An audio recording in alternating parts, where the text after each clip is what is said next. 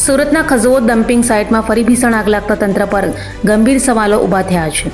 માત્ર 52 દિવસમાં જ બીજી વાર આગ લાગતા કૌભાંડની આશંકા વ્યક્ત થઈ રહી છે। પૂર્વ કોર્પોરેટરે આગ માનવસર્જિત હોવાનો આક્ષેપ કરી તપાસની માંગ ઉઠાવી છે। સુરત શહેરમાં ફરી એકવાર ખજોદ ડમ્પિંગ સાઇટ આગની જ્વાળાઓમાં સપડાઈ ગયું છે અને આ વખતે મામલો વધુ ગંભીર બન્યો છે। દક્ષિણ ગુજરાતના સૌથી મોટા ગણાતા આ ડમ્પિંગ યાર્ડમાં માત્ર 52 દિવસના અંતરે બીજી વાર આગ લાગતા તંત્રની કામગીરી પર મોટા સવાલો ઊભા થયા છે। આગ એટલી ભયંકર છે કે આસપાસના વિસ્તારોમાં ઝેરી ધુમાડાના કાળા વાદળો ફેલાઈ ગયા છે, જેને કારણે સ્થાનિક લોકોના સ્વાસ્થ્ય પર ગંભીર અસર થવાની ભીતિ ઊભી થઈ છે। 24 માર્ચે લાગેલી આગ હજુ સુધી સંપૂર્ણપણે કાબૂમાં આવી નથી અને ફાયર વિભાગ સતત આગ પર કાબૂ મેળવવા જહેમત ઉઠાવી રહ્યું છે। આ ગંભીર પરિસ્થિતિને ધ્યાનમાં રાખીને સુરત મ્યુનિસિપલ કમિશનરે તપાસ કમિટીની રચના કરી છે, પરંતુ આ દરમિયાન પૂર્વ કોર્પોરેટર વિજય પાનસુરિયાએ ચોંકાવનારા આક્ષેપો કર્યા છે।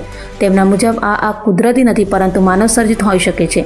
તેમણે દાવો કર્યો છે કે એક સાથે 3 થી 4 અલગ અલગ જગ્યાએ આગ લાગવી એ સામાન્ય ઘટના નથી અને તેમાં કેમિકલ છાંટીને આગ લગાડવામાં આવી હોવાની શક્યતા છે। સાથે ડમ્પિંગ સાઇટના ઇજારદાર સીધી ટ્રાન્સપોર્ટ પર કામગીરીમાં ગેરરીતિ અને ધાંધ્યાના ગંભીર આક્ષેપો પણ કરવામાં આવ્યા છે। પૂર્વ કોર્પોરેટરે અધિકારીઓની ઇજારદાર વચ્ચે મિલીભગત હોવાનો પણ આક્ષેપ કર્યો હતો। વિજય પાનસરિયા, પૂર્વ કોર્પોરેટર।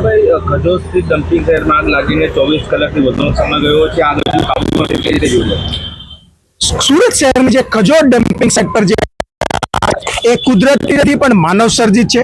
તેનું કારણ છે કે સુરત મહાનગરપાલિકામાં જે 30 લાખ મેટ્રિક ટન કચરાનો જે નિકાલ કરવાનો કોન્ટ્રાક્ટ ખજોદ ખાતે આપવામાં આવ્યો હતો તેનો નિકાલ નથી થયો અને ફક્ત 14 લાખ મેટ્રિક ટન કચરાનો જ નિકાલ થયો છે।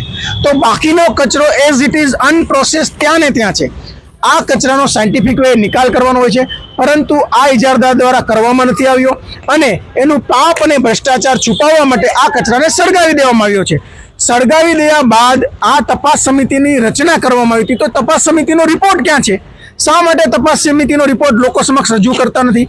બીજું, 52 દિવસ પહેલા આગ લાગી હતી, એ આગ લાગી હતી એ શા કારણે આગ લાગી હતી? કેટલા મેટ્રિક ટન કચરા સળગવામાં આવ્યો? પર્યાવરણને કેટલું નુકસાન થયું?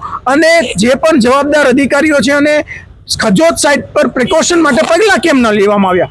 આ તમામ સવાલો ચોખ્ખું દર્શાવે છે કે ક્યાંક ને ક્યાંક આ ઇજારદાર દ્વારા પોતાનું પાપ અને ભ્રષ્ટાચાર છુપાવવા માટે આગ લગાવવામાં આવી હોય અને આવી તપાસ સમિતિના રિપોર્ટ લોકો સમક્ષ કે મીડિયા સમક્ષ રજૂ કરવામાં નથી આવતા। પત્ર લખ્યું, રજૂઆત કરી છે વહીવટદાર અધિકારીને? સુરત મહાનગરપાલિકાના નવા વહીવટદાર મિલિંદ તોરવણેને લેખિતમાં રજૂઆત કરી છે કે તમારી અધ્યક્ષસ્થાનમાં તપાસ સમિતિની રચના કરવામાં આવે, તપાસ સમિતિનો રિપોર્ટ 7 દિવસની અંદર રજૂ કરવામાં આવે અને જે પણ જવાબદાર અધિકારીઓ હોય તેમની સામે કાયદેસરની કાર્યવાહી કરવામાં આવે અને આ ઇજારદાર કે જેમની ઉપર ભ્રષ્ટાચારના આરોપ હોય, ફરીથી કોન્ટ્રાક્ટ એમને આપવામાં આવ્યો, કચરો બારોબાર ફેંકી દેતા હોય, એફઆઈઆર થઈ હોય, છતાં આ કોન્ટ્રાક્ટરને શા માટે એને કોન્ટ્રાક્ટ એક્સટેન્ડ કરવામાં આવ્યો? આ તમામ આ ભાષાઓને ધ્યાનમાં રાખી આ કોન્ટ્રાક્ટરને બ્લેકલિસ્ટ કરી એની વિરુદ્ધ એફઆઈઆર કરવાની માંગ કરી છે।